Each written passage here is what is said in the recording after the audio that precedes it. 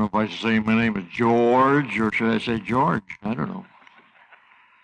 Well, my name is George, and I'm an alcoholic, but I think I'm a retired wino.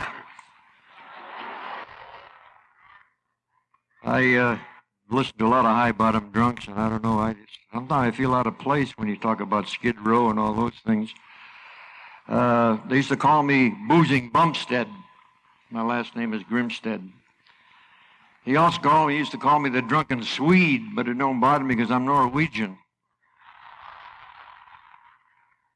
You know, I look over this crowd and it reminds me of a story during the war. Some guy was getting hired to do the job in a defense plant, and they asked him if he knew how to run a milling machine. Oh, yeah. You know how to do it? Oh, yeah, I can run that. Yeah, I can run that. So they got him, and they said, you know how to read a micrometer? And he said, yeah. He said, how many thousandths in an inch? He thought a while. He said, I don't know. There must be 1 million of them. I look out there, and that must be 1 million of them. I couldn't think. Talk about being nervous. Old Icky Sheridan from Texas used to say, I'm as nervous as a Mexican right off patio to pace in. I want to thank the committee, of course, for asking me. Probably the last year you're going to have the committee. After today, you've had good speakers up till now, so I don't know what's going to happen from now on. But I feel like the 2 Indians in New Mexico, they were sending off signals, smoke signals, and they looked over Los Alamos, and that's the first time they shot off that atomic bomb. And that big cloud went up, and that one Indian turned to the other and said, God, I wish I'd said that.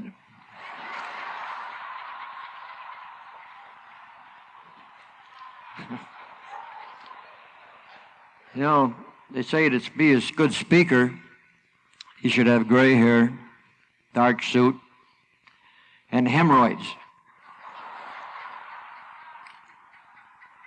The gray hair is for dignity, and the suit is for prosperity, and the hemorrhoids is for concern.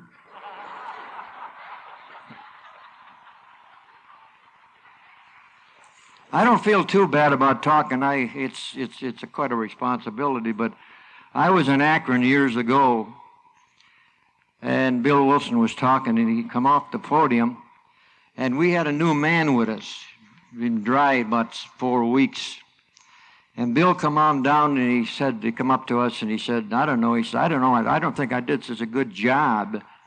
And this new guy said, Bill, you did the best you could.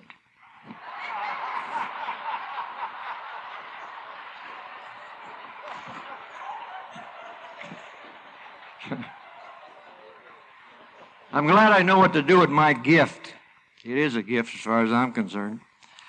I'm glad I did because I'm glad I'm not like the person that the guy bought a present for his mother. He bought her a mynah bird. And he called her sometime later and says, Ma, how'd you like the gift? She said, it was delicious. But he said, Ma, I paid $5,000 for that bird. It talked 5 languages. She's okay. Why didn't it say something?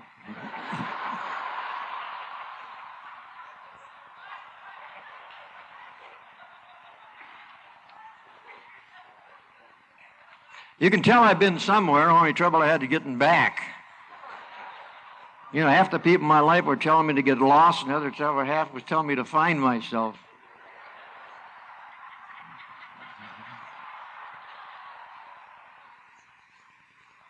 I was being introduced one time, and the guy said, I'm going to give you, he said, I'm not going to bore you with a speech tonight, but I'll give you a man who will. Another guy was introducing Mr. Jones of the Soil and Fertilizer Department. He says he's just full of his subject. There's one thing about, you talk about doing a good job in AA, you know, it's like wetting your pants in a dark suit. You get a warm feeling, but nobody notices.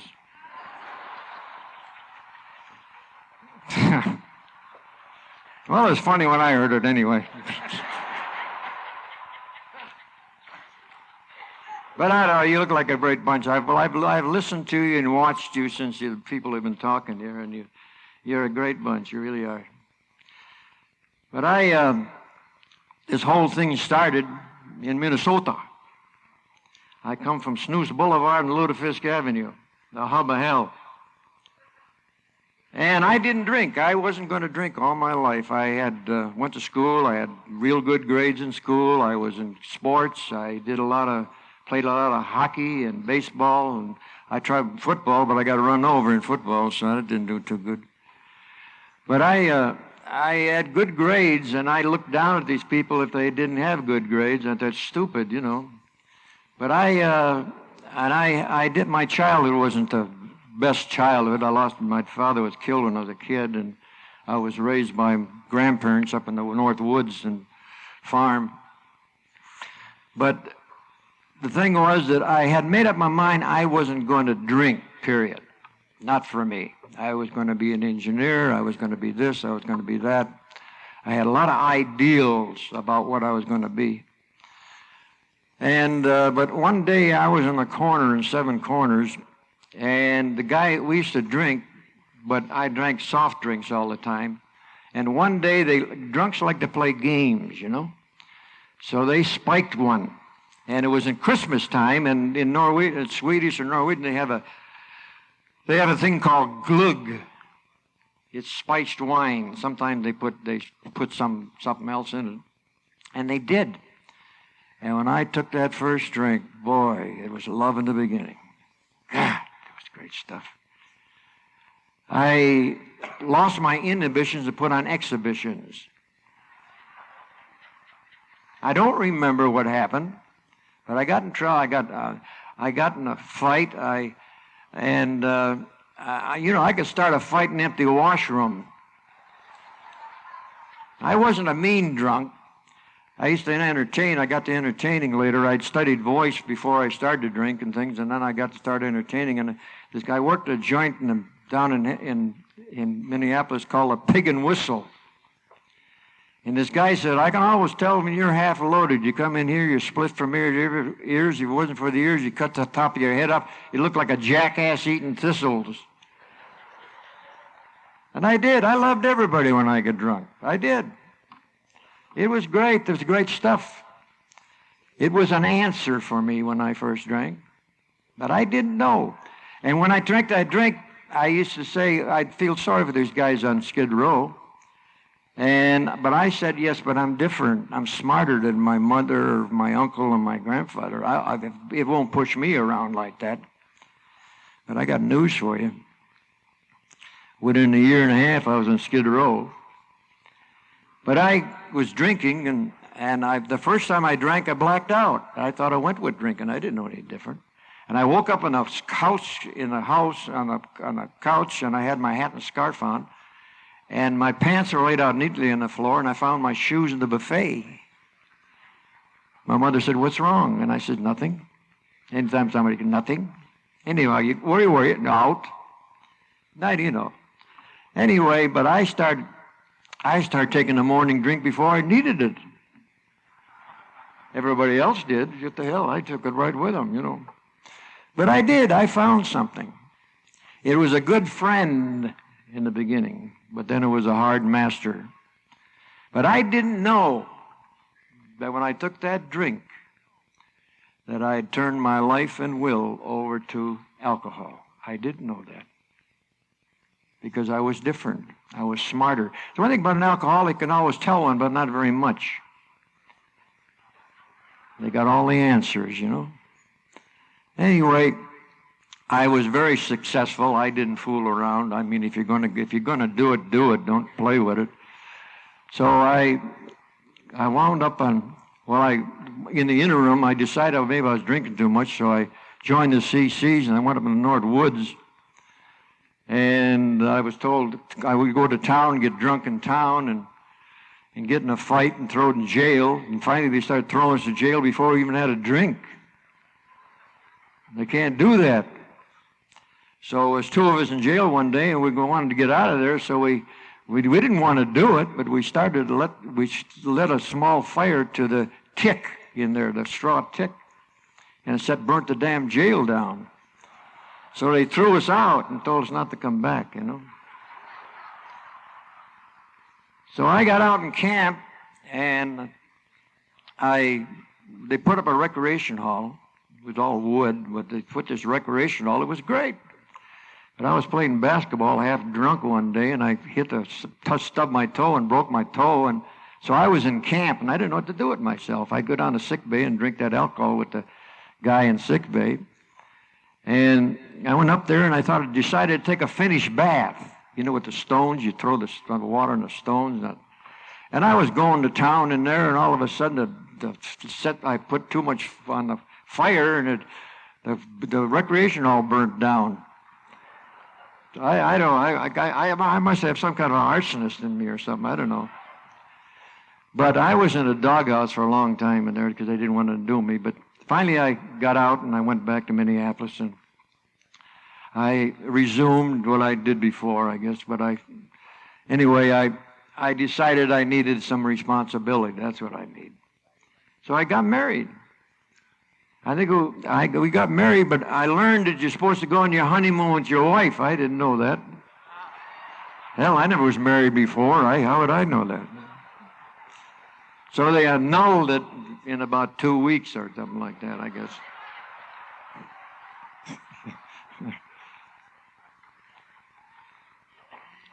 But I did. Finally, one day, I was on Skid Row. I was like a yo-yo. I'd entertain and be some place and make big bucks, and then one day I'd be down drinking nickel whiskey or something, down. So I got drunk one day, and I don't remember it, but I left. I wound up in Milwaukee, and that was my first real Skid Row, because in Minneapolis I knew a lot of people. I didn't know nobody in Milwaukee. And I bummed, and I had a bum. I didn't have a place to flop, so I stemmed the guy for 2 bits, and that was the price of the mission, and I went in there, and then Milwaukee was the same thing. I was entertaining in the Wisconsin Theater, and I helped open the Club Milwaukee with the Three Stooges, and I was like a yo-yo, though. I was drinking cheap whiskey, and then one day, and then I was hawking my clothes, and, just back and forth, up and down, like a roller coaster, But one day, I'm in a gin mill on 8th and Wells, and the police came in. And they asked if there was a George Grimstead there, and they pointed, it's over there. And they come over and they handed me a telegram, and it was said my mother was dying in the hospital to come home. And a bottle gang got together and stemmed enough money and got me a ticket to go to Minneapolis. I think it was about $8, I think, something like that. One of those all-night things, and I got to Minneapolis. And I got up to the hospital, and when I got out there, I asked to see her, and the nurse said, "I'm sorry, but she died an hour and a half before from acute alcoholism." I was drunk, practically all drunk to the funeral. She's the last one I had. I have no family, no brothers or sisters, and it tore me up pretty bad. But at the funeral, it was worse because people said, "You killed her. You killed her. If it wasn't for you, she'd be living." And I stood by her coffin and I told her how sorry I was. And I believed that for years. After that, I just didn't give a damn for nothing. I went all over. I was in all the Skid Rows, west, all over the country, except east. I didn't dare to come here because all the chain gangs, But I was a very defiant drunk after that. I just didn't give a damn for nothing. You wanted somebody, I'd bum a guy for a dime on Skid Row, and he started giving me a sermon and tell him to stick it. I didn't need a stinking dime. I didn't need nobody. I'd make my own air if I had to, my own water too, But that was me, and I'm down in Skid Row, and nobody, Anyway, I went out, I got and made Lincoln Heights 5 times, Lincoln Heights Jail, and I'd go to see these cowboy movies, and I thought, that's what I'll be a cowboy. That'll do it. So I wound up in Wyoming. Christ, I was in that sand up there. It blows terrible up there. They had a hen that turned around the wind and it laid the same egg 6 times.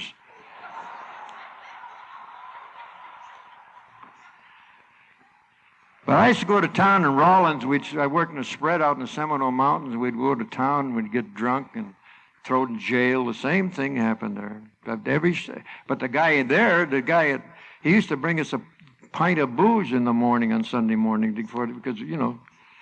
But this went on, and finally one day the police said, we're going to take you for a ride. Well, I like to go for rides, you know, but they took me to the edge of town and told me I had enough trouble with the local citizens without having me around there, you know. So I went away from there talking to myself and telling them they don't know what they're doing. How important I was, you know. So I'll show you. And I wound up in North Platte, Nebraska. And when I got there, I started picking up the guitar and playing. That's how I made my money. I'd make tips. And a guy walked in. He looked like Roy Rogers. He had a big outfit on. And I thought, well, boy, this guy's got it made. So I latched onto him. And he invited me to Chicago. And I know he didn't think I'd come, but I did. I got to Chicago, and I had trouble finding him. But I hit Chicago. I had boots and hat and 8 cents in my pocket. No stockings. My stockings looked like spats. You could put them on from both ends.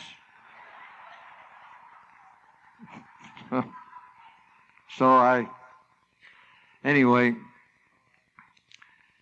I found him, and he took me out and got me a job. I worked to audition his place, got it for $2, you know. Well, I didn't tell you about how trying to say alcohol tell a person why you drink. You know, they don't understand why you drink. The only way I can explain it, a doctor was living an old age child, and he said to Ole, when you feel like propagating, you better figure out how to support these children. And Ole says, well, I'll tell you, when I feel like propagating, I feel like I can support the whole state of Minnesota. And at this gin mill I played, I made real good tips, but there was no place for me to stay out there, so I got a room, and this gal waitress, she used to drive me to my place, and some kind of a romance started, and she mentioned marriage, and I said, no, I don't think so. I ain't going to sober up. I didn't think I would. But I don't think it happened, but I think we were married by the Secretary of War or something. I don't know. I got towels marked hers and its. And I had a mother-in-law. It's like she was like a Gestapo in bloomers. She was my higher power for years, I'll tell you.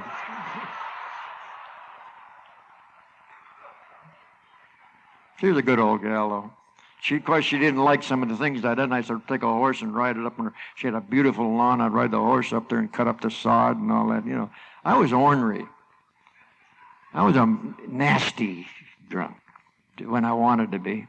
How can you be real kind and loving and all these kind of things and be sarcastic and all that? It's two people, you know.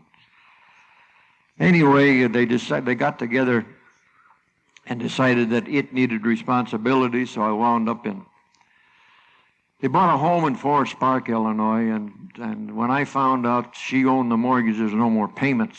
I figured I owed it. She owed it, and I married her daughter, and what the hell, you know. So I had it coming.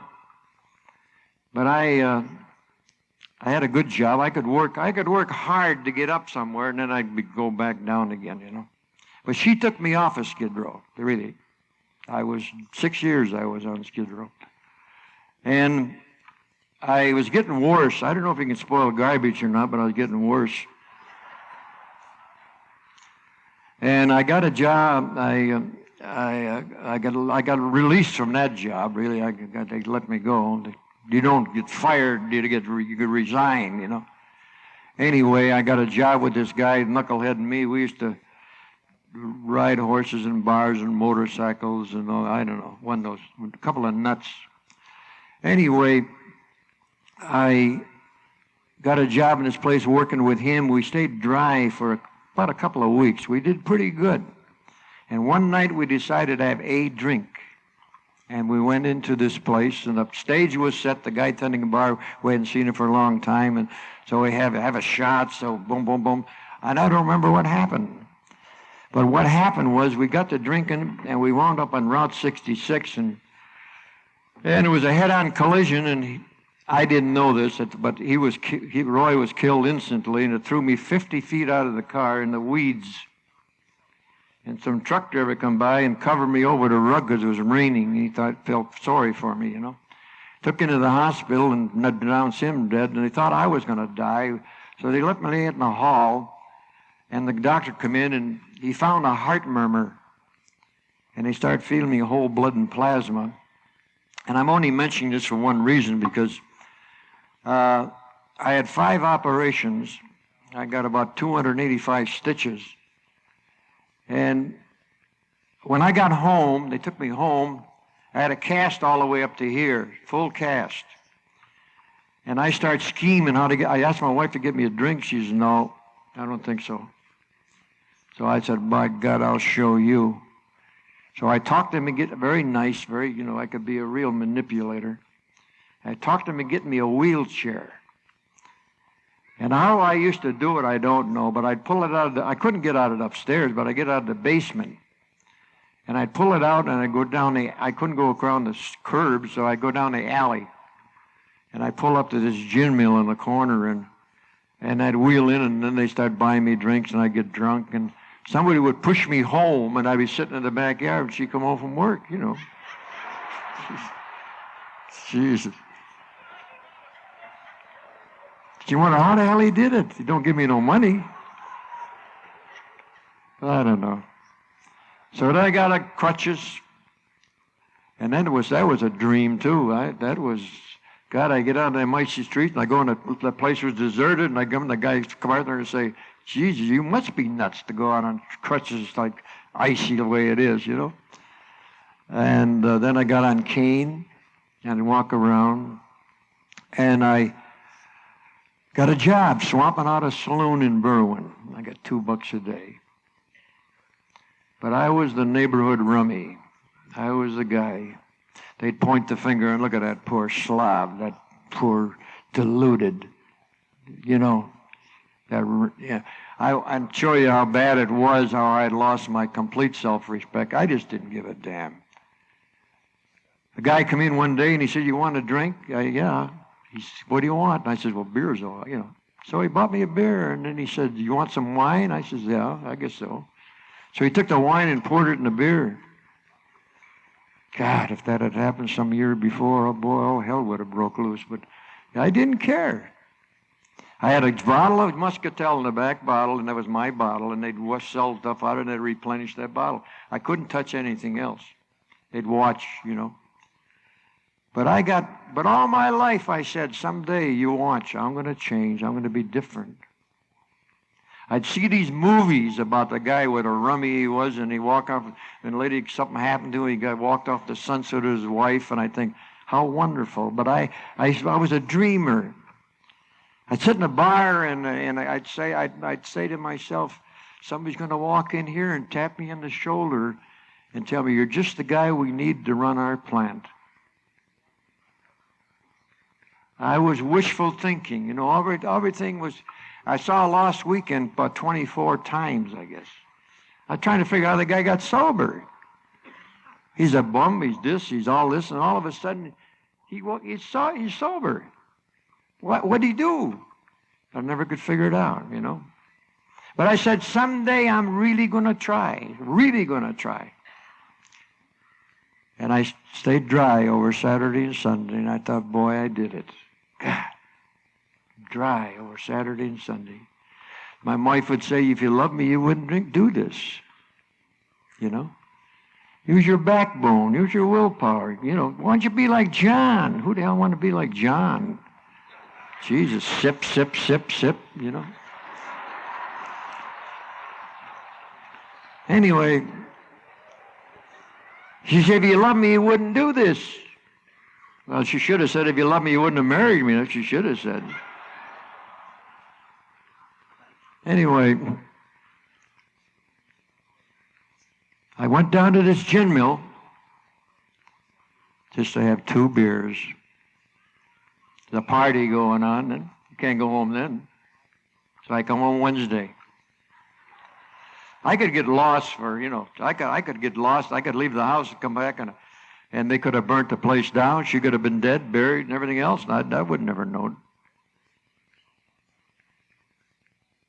But I went down and I come home. When I come home, I was defeated. You talk about a pitiful, incomprehensible demoralization. Boy, I had it. I did. I didn't know. Why I went home, I don't know. I don't have any idea. But I went home and I was going to open the door. I was put the key in. And it opened. And she was standing there. She wasn't mad. She was defeated. And she looked at me. She said, George. She had tears in her eyes. And she said, George, I can't take it anymore. I had my first spiritual experience because I had read about Alcoholics Anonymous in the paper and thought maybe. And I said, I'm going to do something. And I went out and I tried to find AA. I looked it up in the phone book. I finally located it, and some woman says, it's for you. And I said, it is. She says, I'll send a couple of guys over tonight. She says, you go home. Now, don't drink anymore. I said, I don't want any more. Well, please don't drink. And I said, I don't want none. And I started at the bar, and there's a guy sitting in the stool.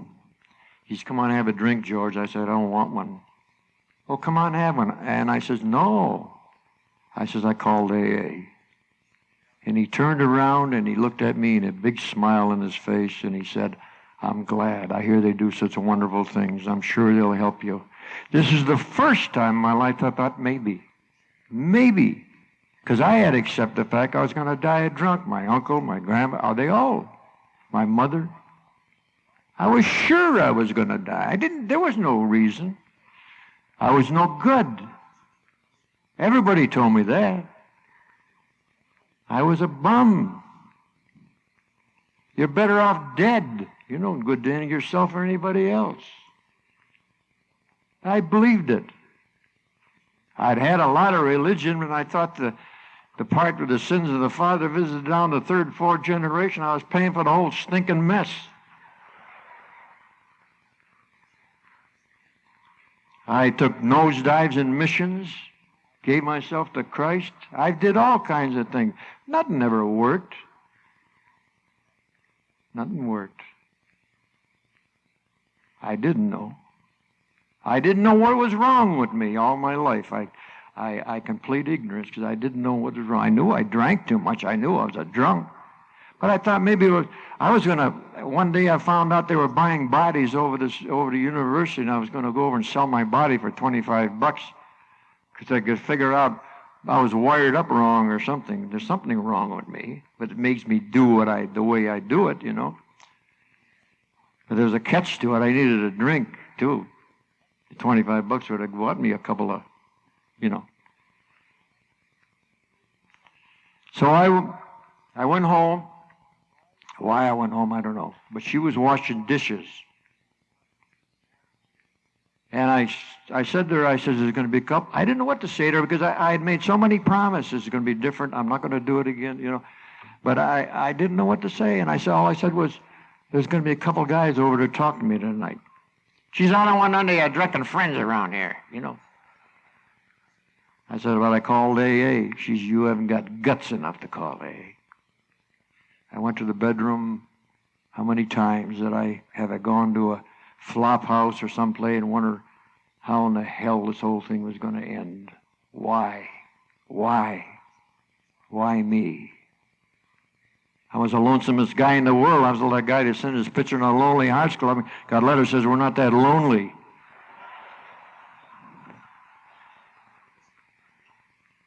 But I laid in that sack and I thought I couldn't blame anybody for my drinking. Nobody. I had voluntary drink at all. And I thought if someone had done to me who had boozed them, I would have killed them. The beating I took all my life. And somebody says, you're not good. You alcoholics are bad. How about Stephen Foster? Died on Skid Row in New York when they were playing songs like Carry Me Back to Old Virginia, the old folks at home. How could he be bad? My mother wasn't bad. She just sat home and drank beer. I know I've met many of them that they're not bad. Morally, it isn't that, I don't believe that. If we're all that bad, why is there over 1.5 million recovering people in this? Yeah, why? I don't understand it. I think what happened that day, that God says it's time to come home. Around 8, 8:30, 9, 10, they didn't show up that night. Next night is the same thing. Next night till Saturday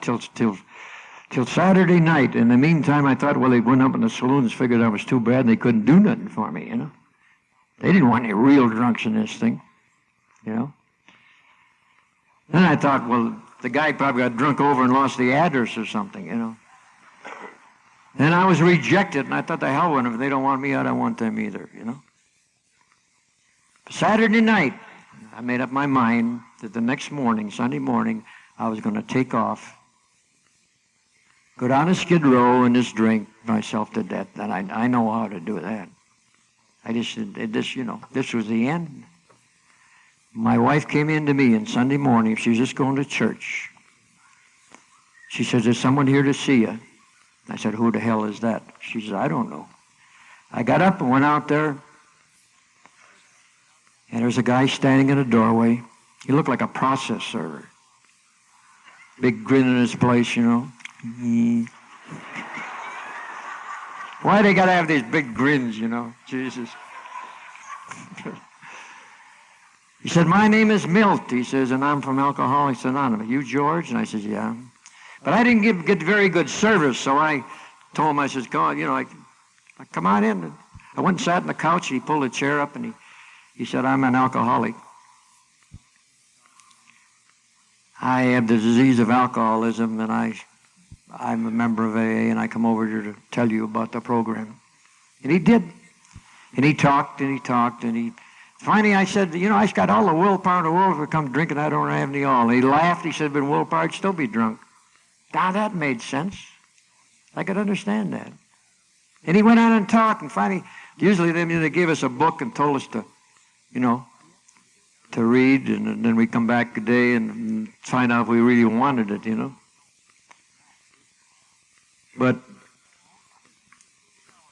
he asked me to go to meetings. First time anybody asked me to go any place. They told me a lot of places to go, Right now, too. And I went to this meeting, and it was upstairs. A lot of them years were upstairs, like the dungeon, early Christians, they were in. And we got upstairs, and there was 8 guys. There was very few women that year. And they talked about what they were like and all these things. And when it came to me, but they had talked about faith and patience and tolerance and these kind of things. And when it came to me, they said, usually we don't ask you the first time, but would you like to say something? I said, this is great, but how do you stay sober? Guy says, well, we ask a power greater than ourselves to help us. I said, you mean God? They said, yeah, if you want to call him that. I says, well, I've asked him 1,000,000 times. I don't get no help, He said, well, I got a big bargain. I'll do this for you, and you do this for me. He said, we don't make bargains with him anymore. So I learned how to stay sober. But I went home, and I had to make a decision whether I was going to ask or not. And I laid awake most of the night. And when morning came, the sun was just coming through the window. And I got down on my knees, and I said, God, please keep me sober. With tongue in cheek, I asked one day at a time. They said to me, bend your knees before you bend your elbow. Get out of the driver's seat. Quit trying to run your life. They said, call us if you feel like drinking, call us. And if you still like feeling after you talk to us, we'll buy you one. It's a good deal. So I asked one day at a time, and 1 week went into a week, 2 weeks, 3 weeks.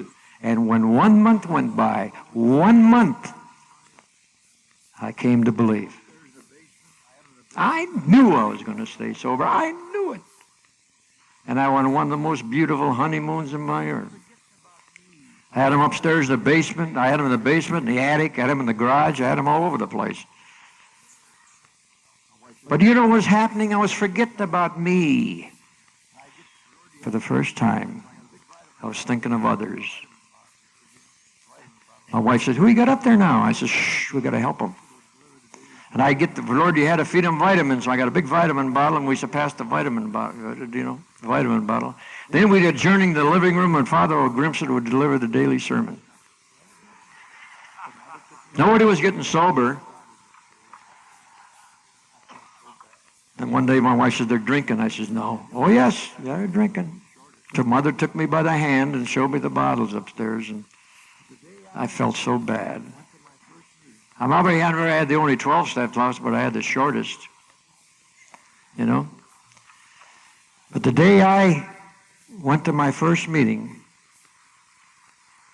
it's February the 20th, 1950, and I haven't had a drink since.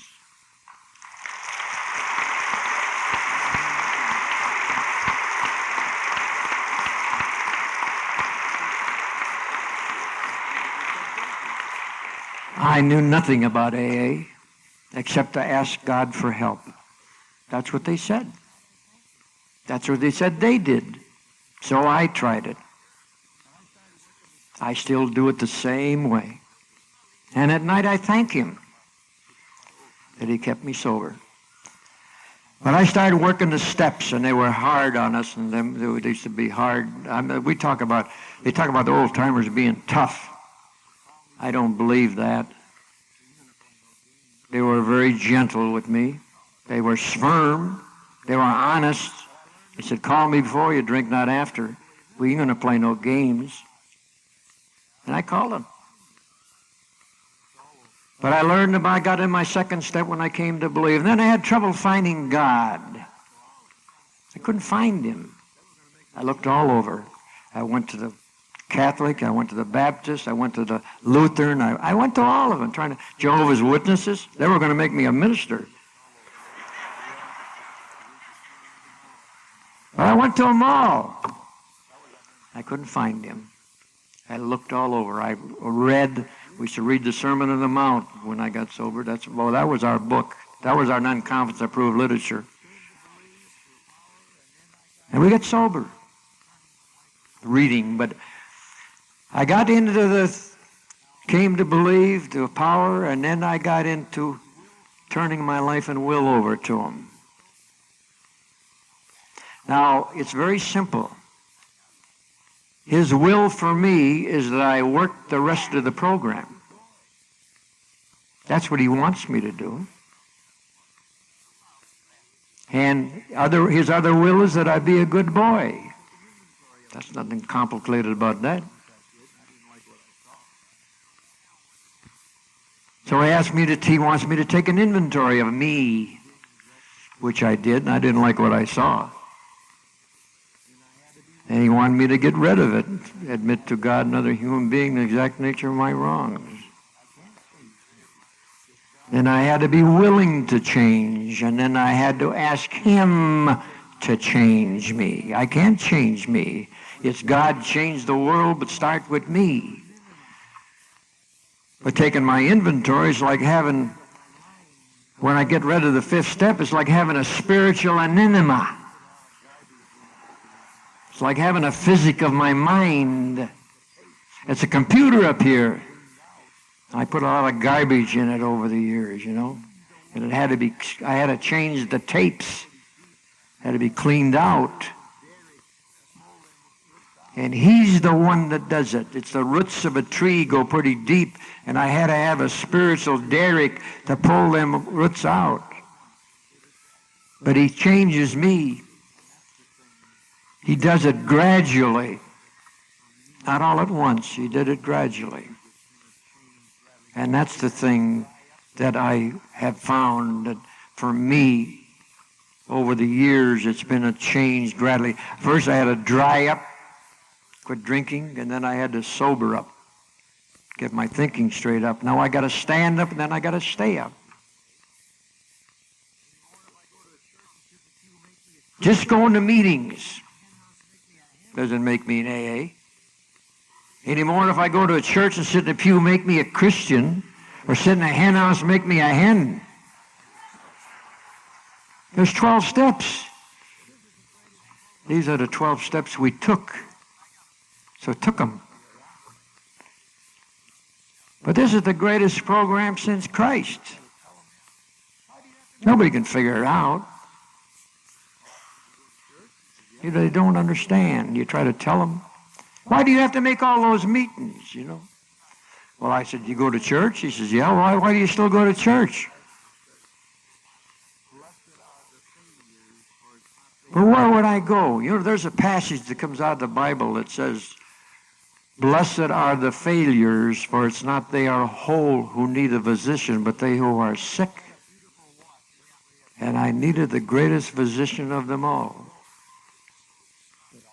The guy had a beautiful watch. Everybody admired it. And one day it broke. Said, I'll just take it to a jeweler. He took it. It didn't last. He took it to another jeweler. He kept giving it to it. Finally, one day, he said, I know what I'll do.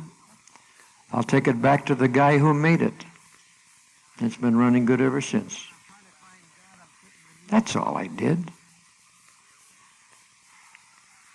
But when I'm trying to find God, I'm sitting in a meeting one day.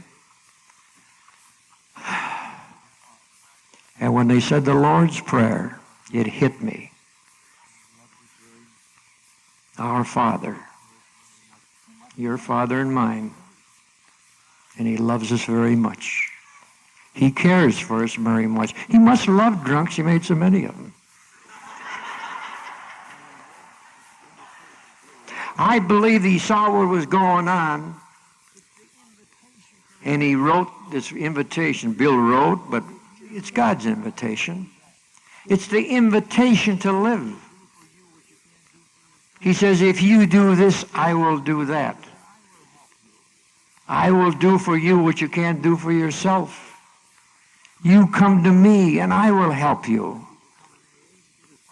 I will make you over into a different person. A lot of people come in AA, they get as far as the third step, and they stop. That's like being washed but not ironed.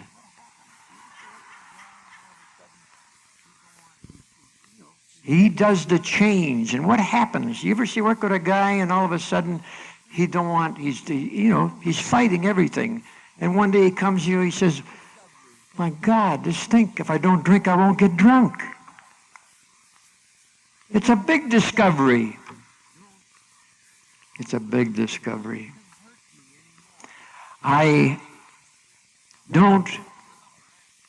There's nothing can hurt me anymore. I've been hurt enough in my life. I've been ostracized. I've been looked down. I've been in jail. I've been beat up by sadistic cops. I've been worked me over. I've been worked over by professionals. I did my share too, but the same thing, I don't fight people, places, and things anymore. I'm not trying to prove anything anymore. I don't have to be first. I can be second, third, fourth, fifth. But I know what my problem is today. A lot of people don't know what their problem is. They don't know whether to take a Benzaprine and go to a party or suck it all and go to bed. They're torn between emotions, What am I going to do? What am I going to do? I got a kick at it today. Some of these people, they start telling people, do this, leave him, don't leave him, all this kind of stuff. The program that I know about, it says, my life is unmanageable. That don't give me the right to manage somebody else's life.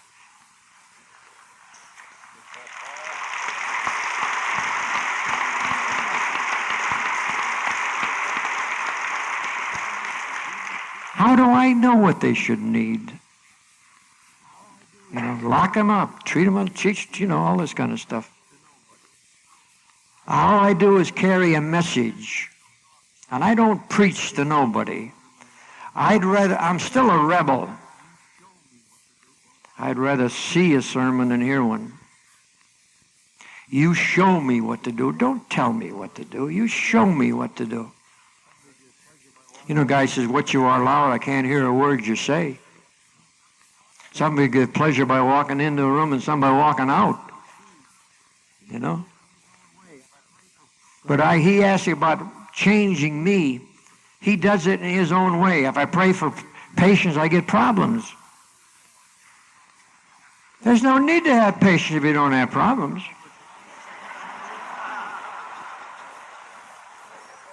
It's like I pray for tolerance, I get people hard to get along with. If I feel sorry for myself, I think of the guy who was seasick with lockjaw.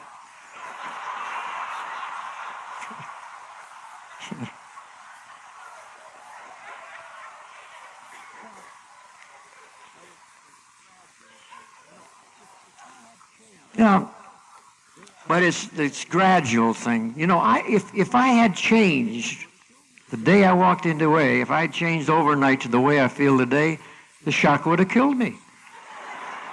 I wouldn't have believed it. But there's a lot of things happening into AA that I don't.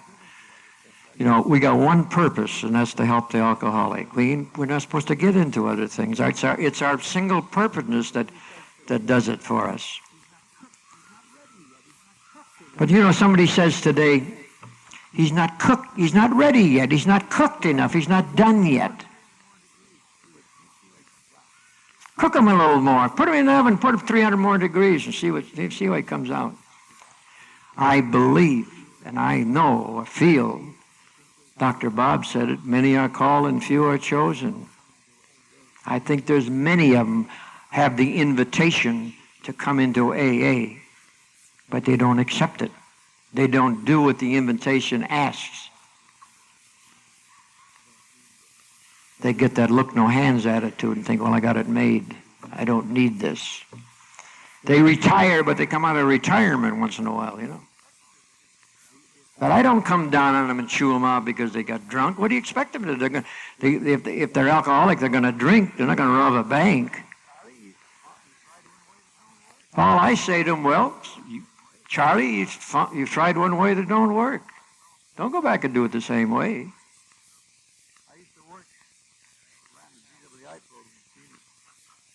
I ran the DWI program in Phoenix, and they used to call me in when they'd have a heavy denial person. They wanted me to see what I thought about him. One day they called me in, they had a kid, 21 years old, and they accused him of being on drugs, taking drugs while he was in the hospital. So I sat in and listened to him. He was uncooperative, he was this, he was hostile, a lot of things, you know. But they said he's on drugs and he won't admit it. So they said, what do you think? And I said, well, I don't know. I haven't talked to him. How do I know what he is or whatever? I said, I don't know. So I said, maybe you don't believe, if he's telling the truth, you wouldn't believe him. So the nurse spoke up and she said, you think you're hot? Go, you talk to him. I said, I don't know. So I went and I called him and I said, come on, Sid, I want to talk. Let's go talk. And when I shut the door, he hit me with everything. Told me what a bunch of bums they're in the hospital, what they were, all this venom, all this garbage came out, you know. And when he got all through, I said, Sid, I'd like to tell you something. I says, I'm an alcoholic. I says, I love you very much. I care for you very much. He broke down and cried, and I cried with him. I said, Sid, you've got an opportunity to learn something about what's your tools, the things to do when you get out of here, you know. I said, take it. Maybe you don't like these people, but you don't have to like them. But just learn all you can while you're in here. When you get out, why, maybe you'll stand a chance. He walked out, and he walked out there, and he walked up to the nurse's station. He said he wanted to take a blood test. Incidentally, he took it and he was clean.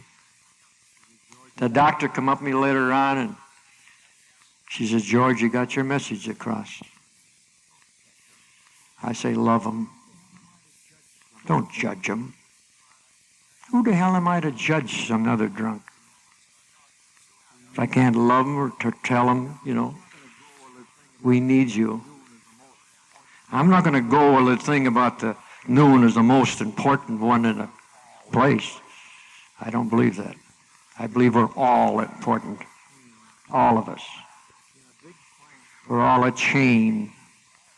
In a big plan, we're a part of a puzzle. I believe out there's one person that each of you, and myself included, can help, that nobody else can help. And I'm scared I might miss one. And I want to be there. 12-step work don't come when I'm sitting around doing nothing. It comes when I'm the busiest. Guy says, I'll do anything to stay sober. And he gets a 12-step call, and you got a favorite TV program where the Bears are on, or the ball game, or something else, So God says, let's find out how much you'll do. Let's find out. So I have a choice. How important is it? It's got to come first to make it last. If I put God in second place, I give him no place. If I put AA in second place, I give it no place. I was very observant when I come in AA a while, and I'd go to all these things, and I noticed all the ones that were sober and stayed sober were real. You could see them everywhere. It's an old saying about the bunch of bananas that take one away from there, you might get skinned. I need AA. I need God. I need all this. But he took me. I was humbled, beat down, and he's put me on a pedestal. And he said, this is what I have done. This is what I have done. I'm nothing, yet I'm something.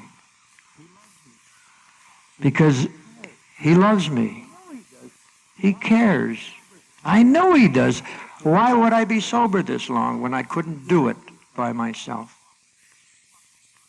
He loves me. He tells me so, too. I worked with an Indian. I used to pull him out of jails, and I worked with this Indian one time. Young kid. Did the best I could with him. But I had a long-distance phone call from the Navajo reservation, the father of the boy. These are the rewards. He says, you're the one that worked with my boy. I said, yes. He says, thank you for sending him back. Where are you going to give me? How much money can you give me to make me feel like I feel with that feeling? How much money can you give me to make me feel how I feel? How much joy can you give me in my life to make me feel like I feel? Money isn't my problem. Drinking is my problem. I've seen more guys lose their sobriety through prosperity than anything else, They get too well. Something becomes more important. And that's the thing that I've learned in Alcoholics Anonymous. But for the grace of God, I walked that boulevard of broken dreams. What happened to all these ideals I had, the things I wanted to be and all this? But of all that could come something as nice as this. I got no right to be up here except to tell his story. It's just like that Easter time. They asked the little boy what Easter meant to him. He said the Easter Bunny brings candy. He asked the kid about 18 what Easter meant to him. He said that Christ had risen. And he asked the old man what meant to him. And he said, life has just begun. Talk about what age you come in. I don't make much difference. There's a passage in the book that talks about whether you come in the garden in the morning or in the afternoon, you get the same pay. And I didn't think that was fair. But I know what he means now. It don't make no difference when they get this program or accept the program. It's that when they do, they do. I've worked with some that took 10 years before they got. Just hope that God, that He watches over them and keeps them safe so they're able to come back. That's the wonderful thing about this thing. We don't know. We don't know. They say be kind to the new man. New man, he might be your sponsor someday, you know.